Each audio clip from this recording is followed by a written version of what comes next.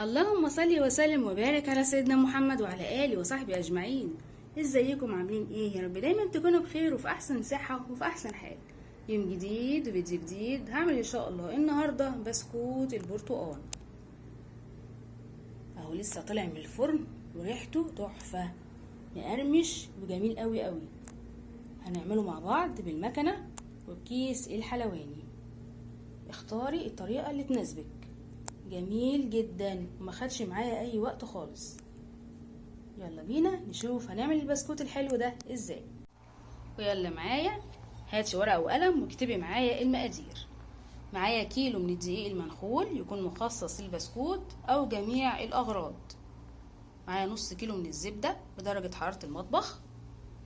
هتقولي ازاي هعايره؟ هقولك ازاي. هتجيبي كوبايه الشاي الحلوه اللي بتشربي فيها دي 200 مللي، هتعايري كوبايتين وربع، هيطلع معاكي نص كيلو بالظبط. ومعايا كوبايتين ونص من السكر البودر يكون منخول، ومعانا كمان معلقه كبيره من البيكنج باودر، واربع معالق من النشا، واربع بيضات، ومعايا فانيليا واسانس البرتقال ورشه ملح. هي دي كل المقادير اللي معانا. يلا بينا بقى على الطريقه. اول حاجه هنضرب السكر مع الزبده. انا بس همشي شويه الزبده في العجان وبعد كده هكمل.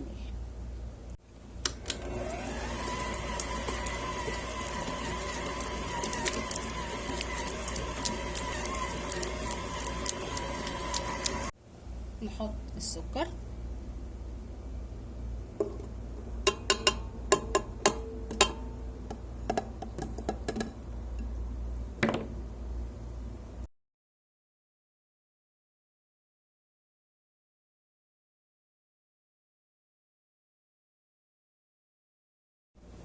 بصوا ما شاء الله كريمي تحفة، مضروبة كويس قوي.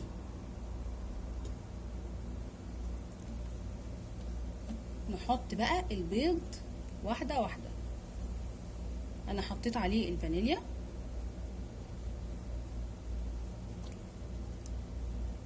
واحدة واحدة ونضرب.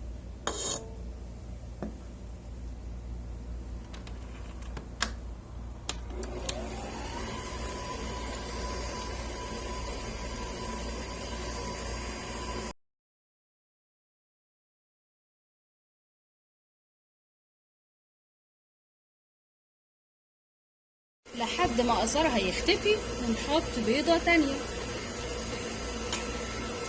الاتنين نزلوا مع بعض مش مشكلة.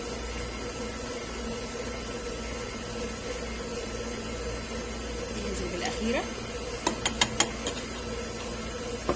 ونحط بقى دلوقتي اسانس البرتقال واحنا بنضرب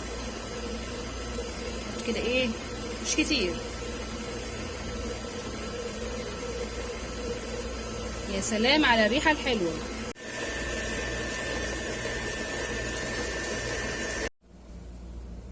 هنجيب دلوقتي الدقيق نحط عليه النشا، ومحطوط عليه طبعا رشة ملح. تمام. ومعلقة البيكنج باودر،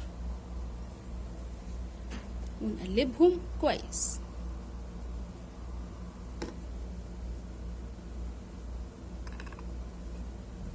من تحت لفوق كده.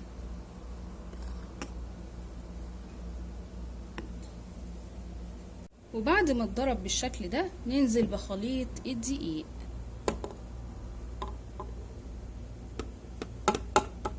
نسيب شوية، نخلط ايه حبة حبة لحد ما نشوف النتيجة. هل هنعوز تاني دقيق ولا لا؟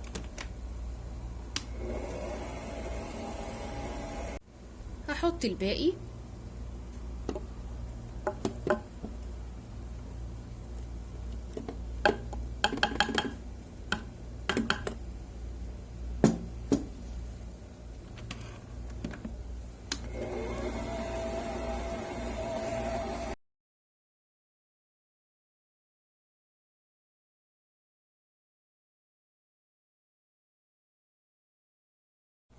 بصوا كده خلاص هي جاهزة. هتعرفي منين؟ مش بتلزق في الايد، يبقى خلاص كده هي جاهزة للاستخدام. يلا بينا نشكل البسكوت الحلو ده. قدامنا اختيارين، ممكن المكنة القديمة الحلوة دي بتاعتنا، وممكن كيس الحلواني. الطريقة اللي تريحك استخدميها. انا هبدأ الاول بكيس الحلواني. يلا بسم الله الرحمن الرحيم.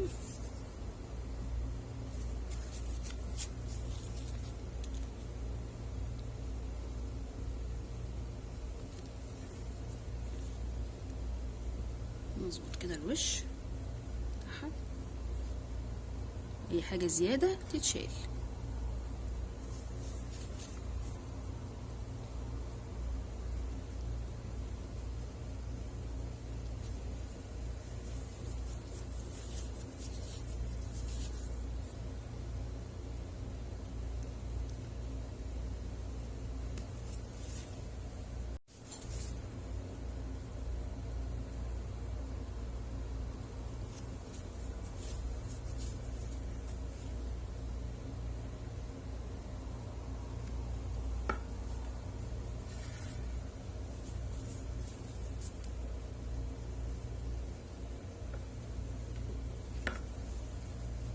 وخلاص خلصت الصينية زي ما انتم شايفين كده قمر. هدخلها الفرن على درجة حرارة 180. طبعا الفرن يكون شغال قبلها ب10 دقايق او ربع ساعة. هنستخدم دلوقتي المكنة، ويلا بينا نشغل اللهلوبة. نحط كده ايه حبة حلوين ونشغل. هو كيس الحلواني مميزاته ان هي بتنزل ايه سميكة شوية. تمام.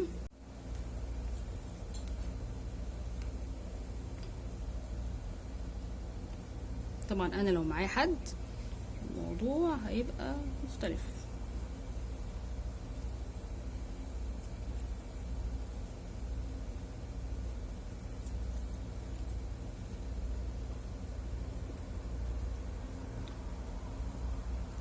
حاول اعدلها بايدي اهي.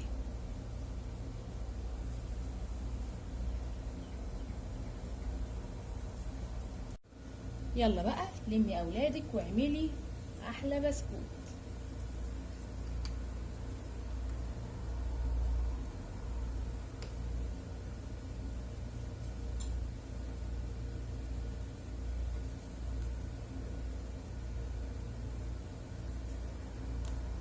لمي البواقي.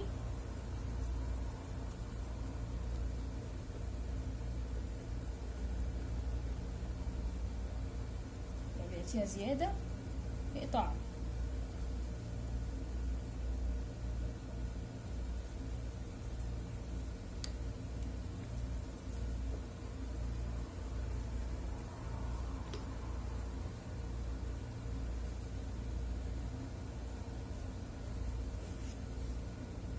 والصينية خلاص خلصت. هدخلها هي كمان الفرن. وده شكله بعد ما طلع من الفرن. ده اللي عملناه دلوقتي بكيس الحلواني. شوفوا بقى، طبعا في فرق كبير بين اللي طلع بالمكنة اللي على اليمين ده واللي طلع بكيس الحلواني اللي على الشمال ده. بصوا ده تخين سمكه كبير، وده سمكه رقيق رفيع خالص.